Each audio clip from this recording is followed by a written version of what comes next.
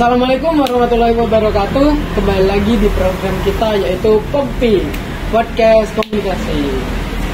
Bersama saya hostnya Alfa Zaki Esapian sebagai host dan mahasiswa di Prodi Komunikasi dan Penyiaran Islam Universitas Hasyim Asharie. Dan kita kedatangan tamu mantan Ketua HMP terbaik di Fakultas Agama Islam, yaitu Bang Farjan Priyadi. Gimana Bang kabarnya Bang? Alhamdulillah kabar saya sehat. Saya sedang sekali lah di acara podcast komunikasi ini bisa bertemu dengan salah satu anggota saya yang menurut saya sangat lucu, baik, dan inilah Alfa Zaki. Bagaimana kabarnya Alfa? Alhamdulillah baik. Sehat, subur. Alhamdulillah. Ya kita langsung mulai acara aja Bang. Iya siap. Dulu itu kan gimana Bang Farjan ini kok bisa mencalonkan sebagai ketua HMP di Universitas Hasyim Asharie? Saya pribadi ini kita melihat sejarah terlalu bahasa orang sastrawan. Kita melihat sebelumnya saya bisa menjadi seorang ketua HMP, perjalanan saya lah sebelumnya. Awal mula saya itu ya di masih mahasiswa itu di semester 1 saya masuk di keanggotaan himpunan mahasiswa prodi. Sebelumnya di divisi keilmuan. Setelah itu ya mungkin saya tidak minat, ada keminatan untuk menjadi seorang ketua himpunan atau ketua HMP. Namun beriringnya waktu banyak yang mendukung saya, banyak yang ingin saya naik menjadi seorang ketua himpunan. Ya, dan saya pribadi menyanggupi akan hal itu. Tapi banyak keraguan sebelum menuju hal itu, banyak keraguan di sana. Saya kalau naik ini bakal bisa amanah apa enggak, bakal bisa konsisten apa enggak, bakal bisa bagi waktu apa enggak. Di situ kita masih banyak berpikir. Tapi seiring jalan waktu menujulah masa pendaftaran ketua himpunan. Itu kita saya pribadi itu dikuatkan oleh teman-teman saya, khususnya orang-orang yang terdekat saya. Maksudnya sudah naik saja menjadi ketua himpunan, apapun itu ya itu bakal dijalanin aja, kuat-kuat aja menjadi seorang ketua himpunan. Itu sebenarnya perjalanan saya kenapa bisa jadi ketua himpunan. Ya awalnya banyak yang mendukung saya, ya saya nggak mau mematahkan dukungan mereka, nggak mau mengecewakan mereka, makanya jadilah saya naik sebagai ketua himpunan Prodi Komunikasi dan Penyiaran Islam. Singkatnya ya seperti itu. Berarti ada dukungan dari teman-teman? Ya, ada sedikit dukungan, ada sedikit banyak dukungan dari teman-teman saya, teman terdekat saya dan sebagainya. Itulah. Nah, itu kan udah menjadi ketua itu gimana Bang Farjan ini untuk merekrut yang adik-adiknya gitu biar ikut di organisasi gitu? Cara merekrut atau bagaimana cara merekrut keanggotaan di dalam organisasi ini? Pertama kita mencari dulu koordinator dalam setiap divisi. Di divisi HMP kita itu, di HMP KPI itu sendiri itu ada kurang lebih 4-5 divisi bersama PPH. Ya dari situ kita lihat dulu koor-koornya. Bagaimana koor-koor itu yang saya pilih pribadi itu, koor-koor itu teman-teman saya sendiri, teman-teman angkatan saya sendiri. Koor-koor itu orang-orang yang mumpuni. Itu. Dan untuk cara merekrut anggotanya kita membuka open recruitment. Ya open recruitment, siapa yang punya konsisten, siapa yang punya komitmen untuk masuk di organisasi ini. Karena saya ingin melihat bagaimana komitmen mereka, bagaimana konsisten mereka terhadap organisasi ini agar mereka bisa bertahan. Batuk ya. Lanjut. Selama setahun di masa jabatan ini. Caranya open recruitment. Open recruitment kita buka selama seminggu dan akhirnya banyak yang masuk. Dan selain open recruitment juga kita ajak gitu loh. Maksudnya anggota-anggota yang semester di bawah saya itu kita ajak ngobrol bagaimana kalau masuk di HMP untuk komitmen untuk memperbaiki, untuk memperbagus lagi HMP KPI ini ke depannya lebih baik lagi. Mungkin caranya seperti itu. Ada yang open recruitment dan kita ajak ngopi atau ajak ngobrol, diskusi kepada anggota yang di kelas supaya bisa ikut di HMP ini. Berarti pendekatan dulu tadi. Pendekatan dulu, karena kalau kita nggak dekat juga, kita sebagai seorang pemimpin itu bakal susah nantinya. Oh iya. Nah ini kan banyak kan yang masuk gitu. Nah terus seiring berjalannya waktu gimana? Itu kan pasti ada yang males-malesan gitu di organisasinya. Nah gimana Bang Fajan selaku ketuanya gitu menindaklanjuti mereka itu?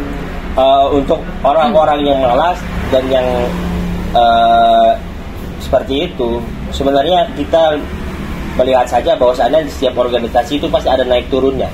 Dalam artian di sini naik turun, kadang mereka diposisikan dalam keadaan susah, suka dan duka, dapatkan malas dan ini dan sebagainya. Itu penyakit dalam suatu organisasi, pasti ada naik turunnya.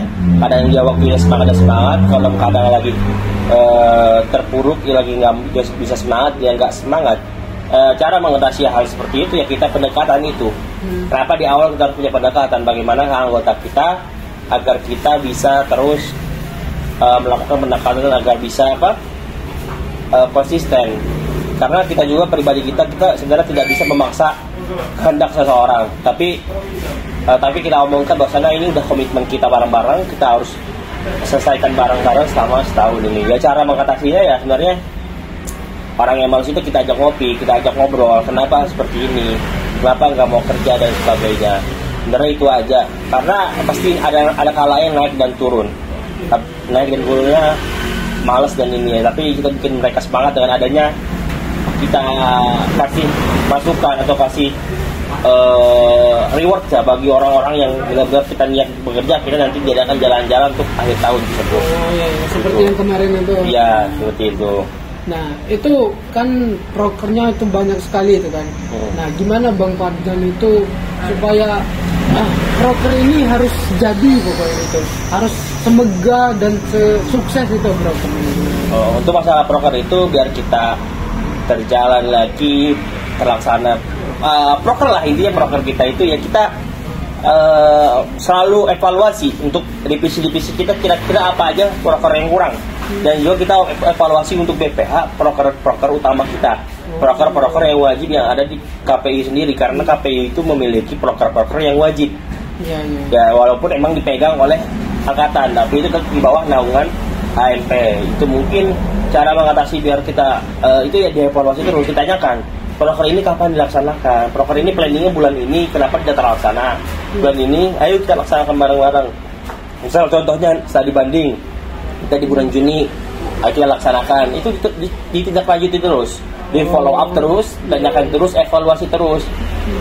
Misalnya proker pelatihan, ayo pelatihan setiap minggu kita evaluasi terus. Jangan pernah sebagai ketua itu lupa untuk mengevaluasi anggota-anggotanya, kinerja anggota-anggotanya, proker apa aja yang belum terlaksana, proker apa aja yang mau dilaksanakan.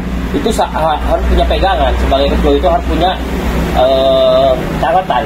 Oh ini belum terlaksana, ini dilaksanakan bulan ini, kita harus follow up terus.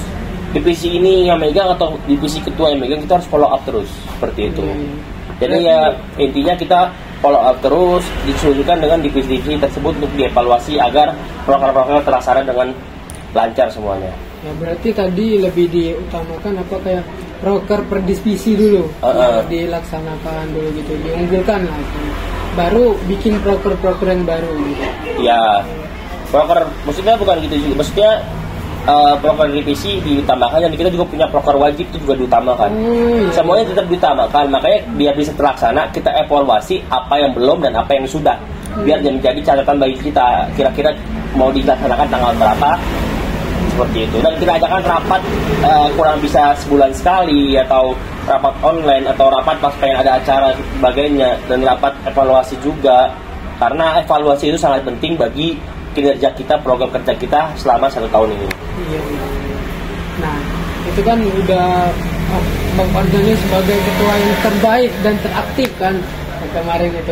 Gimana misalnya nanti ada tawaran untuk menaik sebagai ketua lagi di organisasi BEM atau apa gitu, apa Bang Fajan bakal ambil atau gimana?